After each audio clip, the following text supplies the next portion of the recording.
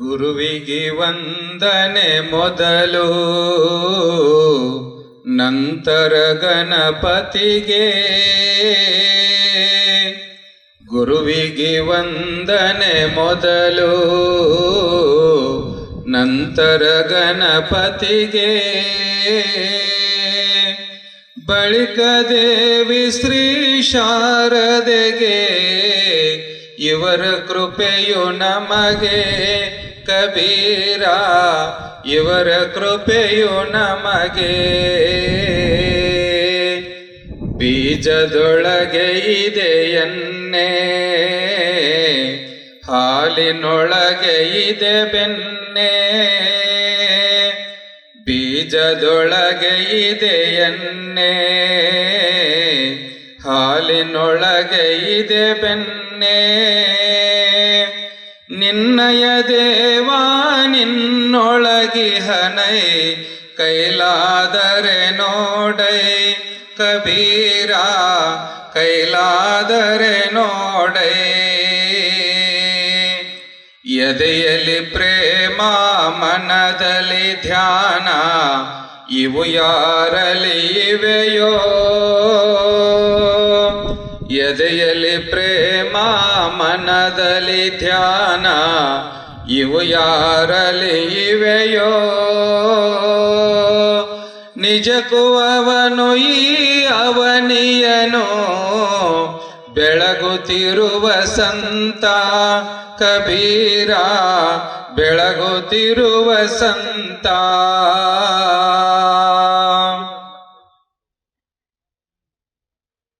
ಪ್ರಾರಂಭದಲ್ಲಿ ಪ್ರಾತಸ್ಮರಣೀಯ ಪರಮ ಪೂಜ್ಯನೀಯ ಶ್ರೀ ಗುರುದೇವರನ್ನ, ಗುರು ಪರಂಪರೆಯನ್ನ ಅರುಣ್ಮಂದಿರದಲ್ಲಿ ಸ್ಮರಣೆ ಮಾಡಿಕೊಂಡು, ಅವರ ಅಡಿದಾವರಗಳಲ್ಲಿ ಅನಂತ ಕೋಟಿ ಭಕ್ತಿಪೂರ್ವಕ ಪ್ರಣಾಮಗಳನ್ನು ಸಲ್ಲಿಸ್ತಾ, ಇಡೀ ವಿಶ್ವಕ್ಕೆ ಮಹದುಪಕಾರವನ್ನ ಮಾಡಿ ಇಡೀ ವಿಶ್ವ ಸುಖಮಯವಾಗಿರಬೇಕು, ಆರೋಗ್ಯಪೂರ್ಣವಾಗಿರಬೇಕು ಅನ್ನುವಂತಹ ಒಂದು ಸದಿಚ್ಛೆಯನ್ನು ಇಟ್ಟುಕೊಂಡು, ಸದ್ಭಾವನೆಯನ್ನು ಇಟ್ಟುಕೊಂಡು, ಒಂದು ಜನ್ಮದಲ್ಲಿ ಇಷ್ಟೆಲ್ಲ ಪರಿವರ್ತನೆ ಮಾಡಬಹುದು ಅನ್ನುವುದನ್ನು ನಮ್ಮೆಲ್ಲರ ಮಧ್ಯದಲ್ಲಿ ಬದುಕಿಸಿ ತೋರಿಸಿಕೊಟ್ಟಿರತಕ್ಕಂತಹ ಬ್ರಹ್ಮರ್ಷಿ ಪಿತಾಮಹ ಡಾಕ್ಟರ್ ಸುಭಾಷ್ ಪತ್ರಿಜಿಯವರನ್ನು ಈ ಸಮಯದಲ್ಲಿ ಹೃತ್ಪೂರ್ವಕವಾಗಿ ಸ್ಮರಣೆ ಮಾಡಿಕೊಂಡು, ಅವರ ಅಡಿದಾವರಗಳಲ್ಲಿಯೂ ಕೂಡ ಭಕ್ತಿಯ ಪ್ರಣಾಮಗಳನ್ನು ಸಲ್ಲಿಸ್ತಾ, ಈ ಜಗದೋದ್ಧಾರಕ್ಕಾಗಿಯೇ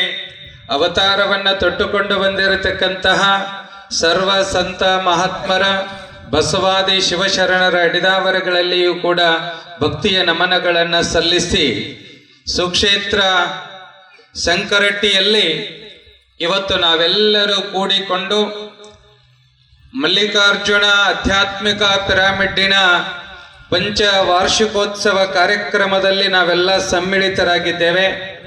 ಈ ಕಾರ್ಯಕ್ರಮದ ಅಧ್ಯಕ್ಷತೆಯನ್ನು ವಹಿಸಿಕೊಂಡು ಈ ಪಿರಾಮಿಡ್ ನಿರ್ಮಾಣಕ್ಕೆ ತಮ್ಮದೇ ಆಗಿರತಕ್ಕಂತಹ ಒಂದು ಶ್ರೇಷ್ಠವಾದ ಕೊಡುಗೆಯನ್ನು ಕೊಟ್ಟಿರತಕ್ಕಂತಹ ಅನುಭಾವಿಗಳು, ಹಿರಿಯರು, ಸಾಧು ಸಂತ ಪ್ರೇಮಿಗಳಾಗಿರುವಂತಹ ಪಿರಾಮಿಡ್ ಮಾಸ್ಟರ್ಗಳಾಗಿರತಕ್ಕಂತಹ ನಮ್ಮ ಮಲ್ಲಿಕಾರ್ಜುನ ಗೌಡ್ರವರಲ್ಲಿಯೂ ಕೂಡ ಭಕ್ತಿಯ ಶರಣುಗಳನ್ನು ಸಲ್ಲಿಸ್ತಾ, ಈ ಒಂದು ಕಾರ್ಯಕ್ರಮದ ಮುಖ್ಯ ಅತಿಥಿಗಳಾಗಿ ಆಗಮಿಸಿರತಕ್ಕಂತಹ ನಮ್ಮ ಹಿರಿಯ ಪಿರಾಮಿಡ್ ಮಾಸ್ಟರರು ಮತ್ತು ಸದಾವಕಾಲ ತಮ್ಮನ್ನ ತಾವು ವೃತ್ತಿ ಬದುಕಿನ ಜೊತೆಗೆ ಕೌಟುಂಬಿಕ ಜೀವನದ ಜೊತೆಗೆ ಧ್ಯಾನ ಪ್ರಚಾರಕ್ಕಾಗಿ ನಾನು ಏನಾದರೂ ಮಾಡಬಲ್ಲೆ ಅನ್ನುವುದನ್ನ ತಿಳಿಸಿಕೊಡುವುದಕ್ಕಾಗಿ ಸದಾವಕಾಲ ಅನುಷ್ಠಾನ ಆಚರಣೆಯಲ್ಲಿ ತೊಡಗಿಸಿಕೊಂಡು ನಿರಂತರ ಸಂಚಾರಿಗಳಾಗಿ ಇಡೀ ವಿಶ್ವದಾದ್ಯಂತವಾಗಿ ಪತ್ರಿಜಿಯವರ ಕನಸನ್ನ ನನಸು ಮಾಡುತ್ತಾ ಇರುವಂತಹ ಆತ್ಮೀಯರಾದ ಶ್ರೀ ಸುರೇಶ್ ಕಲಬುರ್ಗಿ ಸರ್ ಅವರಲ್ಲಿಯೂ ಕೂಡ ಶರಣುಗಳನ್ನು ಸಲ್ಲಿಸ್ತಾ, ಇನ್ನೊಬ್ಬ ಮಾಸ್ಟ್ರು ಇವತ್ತು ಶಂಕರಟ್ಟಿಯಲ್ಲಿ ಪಿರಾಮಿಡ್ ನಿರ್ಮಾಣ ಆಗಲಿಕ್ಕೆ ಬಹುದೊಡ್ಡ ಕೊಡುಗೆಯನ್ನ ಬಹುದೊಡ್ಡ ಸಹಾಯ ಸಹಕಾರವನ್ನು ನೀಡಿದಂಥವರು. ಬಹುಶಃ ಈ ಭಾಗದಲ್ಲಿ ತಮ್ಮದೇ ಆಗಿರತಕ್ಕಂತಹ ಒಂದು ಏನಪ್ಪಾ ಅಂದ್ರೆ ಪಡಿಯಚ್ಚು ಧ್ಯಾನ ಜೀವನ ಅಂತಂದ್ರೆ ಅದು ಕೇವಲ ಒನ್ವೆ ಅಂತಲ್ಲ, ಸರ್ವತೋಮುಖವಾಗಿ ಶ್ರೇಯೋಭಿವೃದ್ಧಿಯನ್ನು ಹೊಂದಬೇಕು ಅನ್ನುವಂತಹ ಒಂದು ದೃಷ್ಟಿಯನ್ನು ಇಟ್ಟುಕೊಂಡು ಬಹುಶಃ ಆಧ್ಯಾತ್ಮಿಕವಾದ ಜೀವನವನ್ನು ನಡೆಸಿಕೊಂಡು ಬಂದಿರುವಂಥವರು ನಮ್ಮ ಮಾಜಿ ಶಾಸಕರು ಟಿ ರಾಜು ಸರ್. ಅವರನ್ನು ಕೂಡ ಈ ಸಮಯದಲ್ಲಿ ನಾನು ಸ್ಮರಣೆಯನ್ನ ಮಾಡಿಕೊಂಡು ಬರ್ತಾ ಇದ್ದೇನೆ. ಜೊತೆಗೆ ನಮ್ಮ ಕೋಟೇಶ್ವರ ಸರು, ಜೊತೆಗೆ ನಮ್ಮ ಶ್ರೀನಿವಾಸ್ ಸರ್ ಅವ್ರಂತ ಇದ್ರು, ನಾವು ಇವ್ರ ಅತಿಥಿಗಳದರು, ನಾವು ಹೆಚ್ಚಿನ ಸಮಯವನ್ನ ತಗೊಂಡ್ವಿ ಅಂತಂದ್ರು. ನೋಡ್ರಿ, ಸುರೇಶ್ ಕಲ್ಬುರ್ಗಿ ಸರ್ನ ನಮ್ಮನ್ನ ಇಲ್ಲಿ ಹಿರಿಯರು ಕರೆಸಿದ್ರ ನಿಮ್ಮಿಬ್ಬರನ್ನು ಪತ್ರಿಜಿಯವರು ಮತ್ತು ಈ ನೇಚರ್ ನಿಮ್ಮನೇಲಿ ಕರೆಸ್ಕೊಂಡು ಬಂದದ ನಿಜವಾದ ಅತಿಥಿಗಳಂದ್ರೆ ನೀವ ಅಂತ ಹೇಳಿದೆ ನಾ. ಹಾಗಾಗಿ ಕೋಟೇಶ್ವರ ಸರ್ ಅವರಿಗೆ, ನಮ್ಮ ಶ್ರೀನಿವಾಸ್ ಸರ್ ಅವರಿಗೆ, ನಮ್ಮ ಹಿರಿಯರು ಅನುಭಾವಿಗಳು ಜ್ಞಾನಿಗಳಾಗಿರ್ತಕ್ಕಂಥ ನಮ್ಮ ಅನಂತಾಚಾರ್ಯರು, ಹಾಗೆ ನಮ್ಮ ಮುಂಡರಗಿಯ ಪೂಜ್ಯರನ್ನ ಮೊದಲುಗೊಂಡು ನಮ್ಮ ರಂಗಣ್ಣ ಇರಬಹುದು, ವಿಶಾಲಾಕ್ಷಿ ಅಮ್ಮವರು ಇರಬಹುದು, ಜೊತೆಗೆ ಇದಕ್ಕಾಗಿಯೇ ಶ್ರಮಿಸ್ತಾ ಇರುವಂತ ಅನೇಕ ಎಲ್ಲ ಪಿರಾಮಿಡ್ ಮಾಸ್ಟರ್ಸ್ಗಳಿಗೆ ನಾನು ಹೃದಯಪೂರ್ವಕ ಅನಂತ ಧನ್ಯವಾದಗಳನ್ನು ತಿಳಿಸ್ತಾ ಈ ಕಾರ್ಯಕ್ರಮದಲ್ಲಿ ಉಪಸ್ಥಿತರಾಗಿ ಈ ಕಾರ್ಯಕ್ರಮಕ್ಕೆ ಶೋಭೆಯನ್ನು ತಂದು ಕೊಟ್ಟಿರ್ತಕ್ಕಂಥ ನಮ್ಮ ಓಂಕಾರೇಶ್ವರ ಸ್ವಾಮೀಜಿಯವರು ಭಾಗವಹಿಸಿದ್ದಾರೆ. ಅವರನ್ನ ಮೊದಲುಗೊಂಡು ಮಾನವ ಜನ್ಮದ ಯಥಾರ್ಥವಾಗಿರುವಂತಹ ಸ್ವರೂಪವನ್ನು ತಿಳಿದುಕೊಂಡು ಮುಕ್ತರಾಗಲು ಆಗಮಿಸಿದ ಸಮಸ್ತ ಶರಣ ಬಂಧುಗಳೇ, ತಾಯಂದಿರೇ, ಯುವ ಮಿತ್ರರೇ, ಎಲ್ಲ ಪಿರಮಿಡ್ ಮಾಸ್ಟರ್ಸ್ಗಳೇ, ತಮಗೆಲ್ಲರಿಗೂ ಕೂಡ ಅನಂತ ಶರಣಾರ್ಥಿಗಳನ್ನ ನಾನು ಈ ಸಮಯದಲ್ಲಿ ತಿಳಿಸ್ತಾ ಇದ್ದೇನೆ. ಇದು ಪಿರಮಿಡ್ ನಿರ್ಮಾಣ ಆಗಿ ಇವತ್ತಿಗೆ 5 ವರ್ಷ ಆಯಿತು. 6ನೇ ವರ್ಷಕ್ಕೆ ಪಾದಾರ್ಪಣೆ.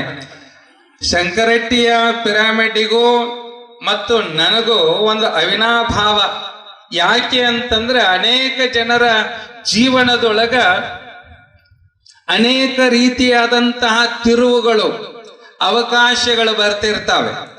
ಮನುಷ್ಯ ಪ್ರಯತ್ನಶಾಲಿಯಾಗಿದ್ದ ಅಂದ್ರ, ಪರಿಶ್ರಮವನ್ನ ಪಡ್ತಾ ಇದ್ದ ಅಂದ್ರ, ಅವನ ಒಳಗಡೆಗೆ ಒಂದು ಹಸಿವಿತ್ತು ಅಂದ್ರ, ನಮಗ ಬಹಳ ಮಂದಿಗೆ ಬರೀ ಹೊಟ್ಟೆ ಚಿಂತೆ ಆಗ್ಯದ. ಹೊಟ್ಟೆಯ ಹಸಿವು ಮುಖ್ಯ ಅಲ್ಲ. ನಿಜವಾಗಿಯೂ ಕೂಡ ನಮ್ಮ ಬದುಕಿನೊಳಗ ಈ ಬದುಕನ್ನ ಸಾರ್ಥಕವಾಗಿ ಮಾಡಿಕೊಳ್ಳಬೇಕಾದ್ರೆ ನಾವು ಏನನ್ನ ಮಾಡಬೇಕು ಅನ್ನುವಂತ ಹಸಿವು ನಮ್ಮೊಳಗಿರಬೇಕು.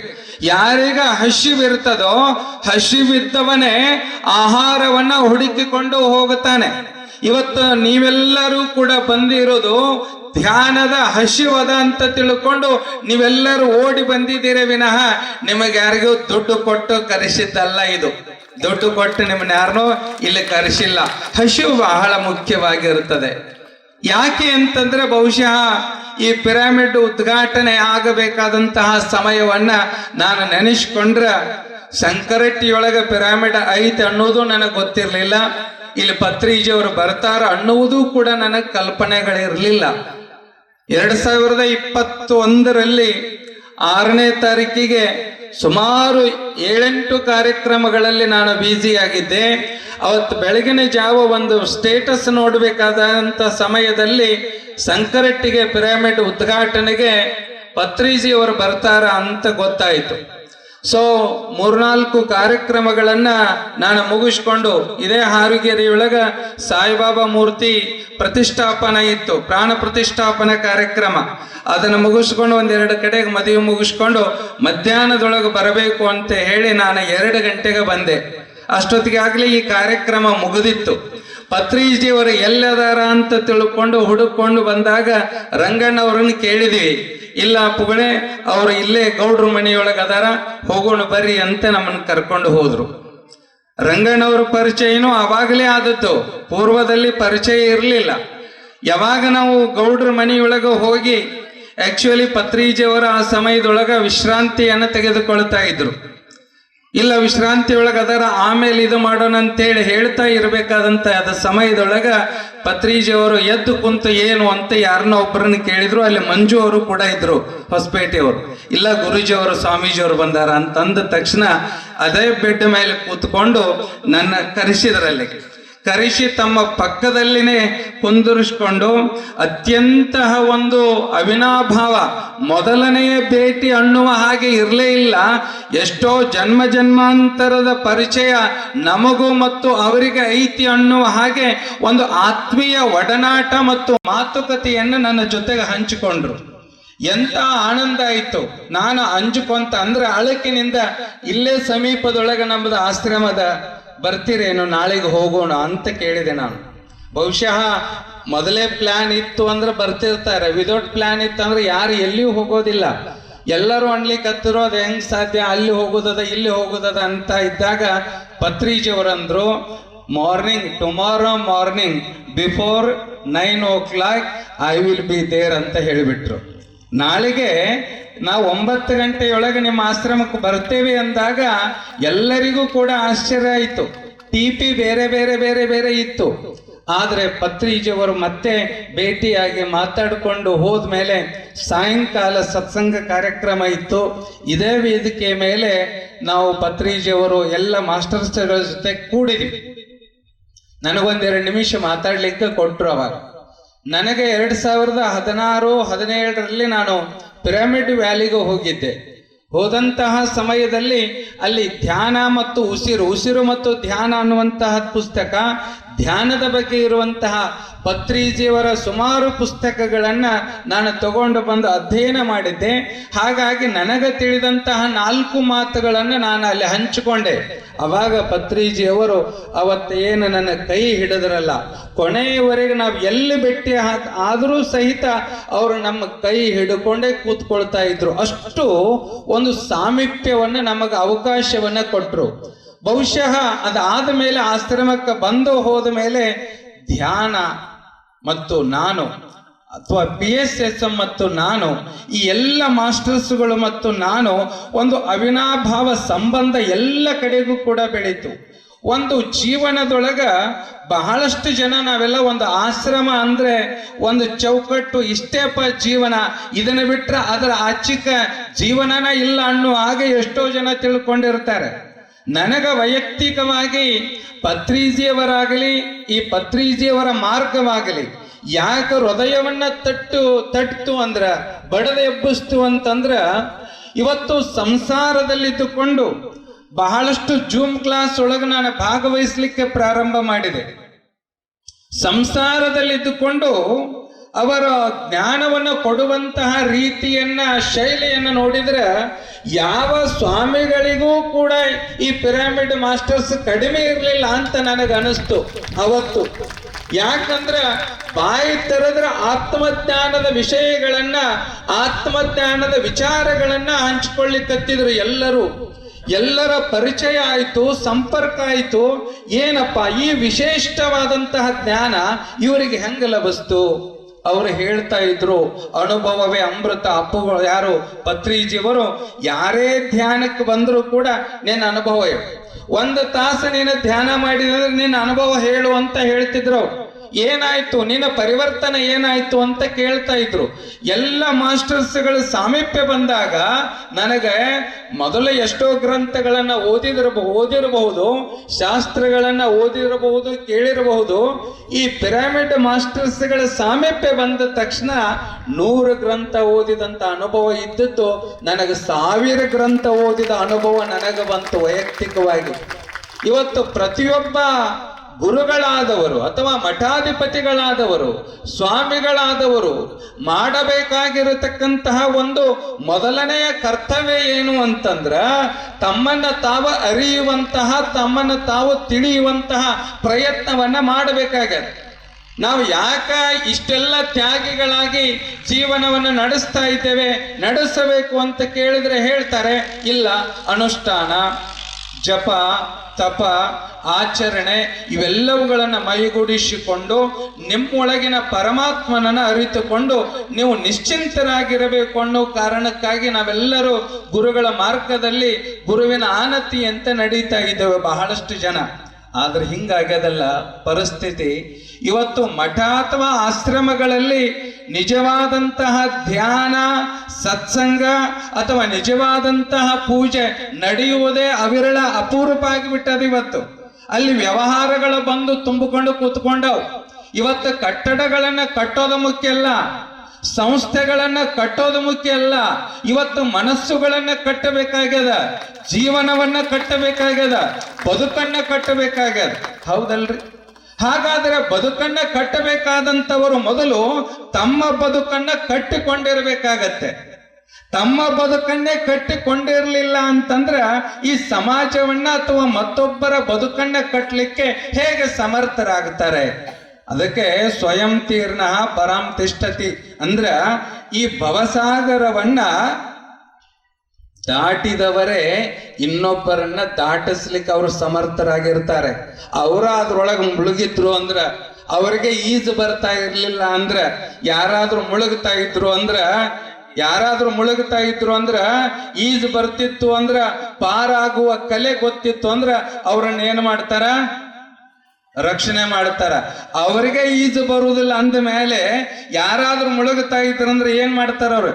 ಹೋಗ್ರೋ, ಅಲ್ಲೊಬ್ಬ ಯಾರೋ ಮುಳುಗುತ್ತಾ ಇದ್ದಾರ, ಹೋಗ್ರಿ, ರಕ್ಷಣೆ ಮಾಡ್ರಿ, ನೀವ್ ಹೋಗಂತ ಹೇಳ್ತಾರೆ ವಿನಃ ತಾವು ಯಾರೂ ಕೂಡ ಹೋಗ್ಲಿಕ್ಕೆ ಇಷ್ಟಪಡೋದಿಲ್ಲ.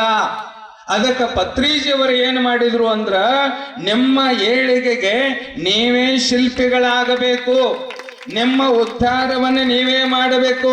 ಇದನ್ನು ಬರೇ ಪತ್ರಿಜಿಯವರು ಅಷ್ಟೇ ಹೇಳಿಲ್ಲ, ಸ್ವತಃ ಶ್ರೀಕೃಷ್ಣ ಪರಮಾತ್ಮನು ಕೂಡ ಹೇಳಿದಾನೆ. ಆತ್ಮಾನಂ ಅವಸಾದಯೇ ಆತ್ಮ ಇವ ಆತ್ಮನೋ ಬಂಧು ಆತ್ಮ ಇವ ರಿಪುರಾತ್ಮನಃ ಅಂತ ಹೇಳಿಕೊಂಡು ಬಂದ್ರು. ನಿನ್ನ ಉದ್ಧಾರಕ್ಕೆ ನೀನೇ ಕಾರಣೀಕರ್ತ, ನಿನ್ನ ಉದ್ಧಾರವನ್ನು ನೀನೇ ಮಾಡಿಕೊಳ್ಬೇಕು. ನಿನಗೆ ನೀನೇ ಮಿತ್ರ, ನಿನಗೆ ನೀನೇ ಶತ್ರು. ನನ್ನ ಅವ್ರು ಹಾಳು ಮಾಡಿದ್ರು, ನನ್ನ ಇವ್ರು ಹಾಳು ಮಾಡಿದ್ರು, ಅವ್ರು ಮೋಸ ಮಾಡಿದ್ರು, ಅವ್ರ ಹಂಗ ಇವ್ರ ಹಿಂಗ. No comments, no complaints, no judgement. ಇದನ್ನ ಆಚರಣೆಗೆ ತಂದಂತವರು ಯಾರು ಅಂದ್ರ ನಮ್ಮ ಸುಭಾಷ್ ಪತ್ರಿಜಿಯವರು. ನಾವು ಎಷ್ಟೋ ಜನ ಏನು ಮಾಡುತ್ತೇವೆ ಅಂದ್ರೆ ಇಲ್ಲ ಸಲ್ಲದ ಅನೇಕ ನೆಪಗಳನ್ನು ಒಡ್ಡಾಕತ್ ಬಿಟ್ಟೇವೆ. ಯಾಕೆ ಧ್ಯಾನಕ್ಕೆ ಬರ್ಲಿಲ್ರಿ? ಧ್ಯಾನ ಯಾಕೆ ಮಾಡ್ತಾ ಇಲ್ರಿ ಮಾನಸಿಗೆ ಬಹಳ ತಾಪಾಗೈತಿ, ಹೆಂಗ್ ಮಾಡ್ಲಿ? ಕಣ್ಣು ಮುಚ್ಕೊಂಡು ಕೂತ್ಕೊಂಡ್ರೆ ಬರೀ ನಮ್ಮ ಮುಂದೆ ಸಮಸ್ಯೆಗಳೇ ಓಡಾಡುತ್ತಿರ್ತಾವೋ, ಹೆಂಗ ಧ್ಯಾನ ಮಾಡ್ಲಿ ಗುರುಗಳ? ನೀವೇನೋ ನಿಮಗಂತೂ ನೀವು ಅಂತಿರ್ತೀರಿ ಬಹಳಷ್ಟು ಜನ, ನಿಮಗೆ ಹಿಂದೂ ಇಲ್ಲ ಮುಂದೂ ಇಲ್ಲ, ನಿಮಗೆ ಧ್ಯಾನ ಹತ್ತಬಹುದು ಗುರುಗಳ, ನಮಗೆ ಹಿಂದೂ ಐತಿ ಮುಂದೂ ಐತಿ, ನಾಳೆ ಹೆಂಗೆ ಬದುಕಬೇಕು ಅನ್ನೋ ಚಿಂತೆ ನಮಗೈತಿ. ಹಿಂಗಿದ್ದಾಗ ಸುಮ್ಮನೆ ಬಂದು ಕಣ್ಣು ಮುಚ್ಕೊಂಡು ಕುತ್ಕೋ ಅಂತಂದ್ರ ಕಣ್ಣೇನೋ ಮುಚ್ಚಿರ್ತಾವೋ, ಆದ್ರೆ ಇಡೀ ಮನಸ್ಸೆಲ್ಲ ಇಡೀ ಊರು ಉಸಾಬರಿ ಮಾಡ್ತಿರ್ತದ, ಹೆಂಗ ಸಾಧ್ಯ ಆಗ್ತದ? ಇವತ್ತು ಮನವನ್ನ ನಿಲ್ಲಿಸುವುದು ಜಗತ್ತಿನೊಳಗೆ ಬಹಳ ದೊಡ್ಡ ಕಷ್ಟ ಅಂತ ಹೇಳ್ತಾರಲ್ಲ. ನಮ್ಮ ಅನಂತಾಚಾರ್ಯರು ಹೇಳಿದ್ರು, ಅಭ್ಯಾಸೇನ ತು ಕೌಂತೇಯ ವೈರಾಗ್ಯೇನ ಚ ಗೃಹ್ಯತೆ. ಇವತ್ತು ಮನಸ್ಸು ಬಹಳ ಚಂಚಲವಾಗ್ಯದ. ಚಂಚಲಮಿ ಮನ ಕೃಷ್ಣ ಪ್ರಮಾತಿ ಬಲವದೃಢಂ. ಬಹಳ ಚೆನ್ನಾಗಿ ಹೇಳ್ಕೊಂಡು ಬಂದ್ರು ಅವರು. ಮನಸ್ಸು ಬಹಳ ಬಲಶಾಲಿಯಾಗದ. ಇಂತಹ ಬಲಶಾಲಿಯಾಗಿರತಕ್ಕಂತಹ ಚಂಚಲವಾಗಿರತಕ್ಕಂತಹ ಮನಸ್ಸನ್ನು ನಿಗ್ರಹ ಮಾಡೋದು ಬಹಳ ಕಷ್ಟ ಐತಿ ಅಂತ ನೀವು ಎಷ್ಟೋ ಜನ ಹೇಳ್ಬಹುದು. ಆದ್ರೆ ಒಂದು ಮಾತು ತಿಳ್ಕೊಡ್ರಿ, ಇವತ್ತು ನಾವು ಯಾಕೆ ಇಲ್ಲಿಗೆ ಬಂದೇವಿ ಎಷ್ಟು ಜನರಿಗೆ ಗೊತ್ತದ? ನೀವು ಎಷ್ಟೋ ಜನ ನೀವು ಅನ್ಕೊಂಡಿದ್ರಿ ಇಲ್ಲಿಗೆ ಬಂದಿರಿ, ಇದರ ಅರ್ಥ ಸಂಕರಟ್ಟಿಗೆ ಯಾಕೆ ಇಲ್ಲಿಗೆ ಬಂದಿರಿ ಅಂತ ಕೇಳಾಕತ್ತಿಲ್ಲ ನಾನು. ಈ ಭೂಮಿಗೆ ಯಾಕೆ ಬಂದಿರಿ ಅನ್ನೋದನ್ನ ನಾವು ತಿಳ್ಕೊಳ್ಬೇಕಾಗ್ಯದ. ಮನುಷ್ಯ ಇವತ್ತು ನಾ ಎಲ್ಲರಿಗೂ ಕೇಳ್ತೇನೆ, ನಿಮಗೆ ಏನ್ ಬೇಕಾಗ್ಯದ ಹೇಳ್ರಿ. ನಮಗ ಅರಿವಿನ ಜನ್ಮ ಅಂತ ಹೇಳಿದ್ರು ಪೂರ್ವದಲ್ಲಿ. ಆ ನರಜನ್ಮದಿಂದಿ ಹೊದೊಳು ಮಿಗಿಲುಂಟೆ ಅಂತ ನಮ್ಮ ಸರ್ ಹೇಳ್ಕೊಂಡು ಬಂದ್ರು. ಮಾನವ ಜನ್ಮ ಬಲು ದೊಡ್ಡದ, ಹುಚ್ಚಪ್ಪಗಳಿರ ಹಾನಿ ಮಾಡಿಕೊಳ್ಳಕ್ ಹೋಗಬೇಡ್ರಿ ಅಂತ ಹೇಳಿದ್ರು. ಖರೆ ಈ ಮನುಷ್ಯನಿಗೆ ನಿಜವಾಗಿಯೂ ಕೂಡ ಬೇಕಾದದ್ದು ಏನು? ನಾನು ನಿಮ್ಗೆ ಕೇಳಕತ್ತೇನೆ, ವಾಟ್ ಯು ವಾಂಟ್? ಏನ್ ಬೇಕಾಗ್ಯದ? ಯಾರು ಒಬ್ಬರ ಹೇಳ್ರಿ. ಸಮಾಧಾನ ಬೇಕಾಗ್ಯದ, ಸುಖ ಬೇಕಾಗ್ಯದ. ಸಮಾಧಾನ ಮತ್ತು ಸುಖ ನಿಮಗೆ ಯಾರಿಗೂ ಸಿಕ್ಕೇ ಇಲ್ಲೇನೋ ಇಲ್ಲಿ ತನಕ? ನೆಕ್ಸ್ಟ್ ಕ್ವಶನ್, ಸಿಕ್ಕತ್ತೋ ಏನು ಸಿಕ್ಕಿಲ್ಲೋ? ಏನ್ರಿ? ಕೆಲವರು ದ್ವಂದ್ವದೊಳಗಿದ್ದೀರಿ. ನಿಜವಾಗ್ಲೂ ಹೇಳ್ತೇನೆ, ನಿಮಗ ನಿಜವಾಗಿಯೂ ಕೂಡ ನಿರಂತರವಾಗಿ ನಾ ಇವತ್ತು ಬದುಕಿದ್ದೇವೆ ಅಂತಂದ್ರೆ ಸುಖ ಸಿಕ್ಕದ ಅಂತ ತಿಳ್ಕೊಂಡು ಬದುಕೇವೆ ನಾವು. ಸುಖ ಸಿಗಲಿಲ್ಲ ಅಂದ್ರೆ ನಾವು ಯಾರು ಬದುಕ್ತಿರ್ಲಿಲ್ಲ. ಹಾಗಾದ್ರೆ ಸುಖ ಸಿಕ್ಕದ ಅನ್ನೋ ಅರಿವು ತಿಳುವಳಿಕೆ ನಮಗಿಲ್ಲ. ಎಷ್ಟು ವ್ಯತ್ಯಾಸ ಅಂದ್ರ ನಾವು ನಿಜವಾಗಿಯೂ ಕೂಡ ಸುಖಿಗಳಾಗಿದ್ದೇವೆ, ಆದರೆ ಸುಖದ ಅನುಭವ ನಮಗ್ ಗೊತ್ತಿಲ್ಲ. ಯಾಕಂದ್ರ ಸುಖ ಎಲ್ಲಿ ಸಿಕ್ಕದಂದ್ರ ಒಬ್ರ ಹೇಳ್ತೀರಿ ಎಲ್ಲಿ ಸಿಕ್ಕದ ಸುಖ? ಯೋಗರುಗಳು ಗೊತ್ತಿಲ್ರಿ. ಎಷ್ಟು ಈಸಿ ಅದ. ಈ ಅಧ್ಯಾತ್ಮ ಅನ್ನೋದು ಬಹಳ ಸರಳ ಅದ. ಅದು ನಾವು ಬಹಳ ಜಟಿಲ ಮಾಡ್ಕೊಂಡು ಕೂತೇವಿ. ಪತ್ರಿಜಿಯವರು ಅದನ್ನೇ ಮಾಡಿದ್ರು.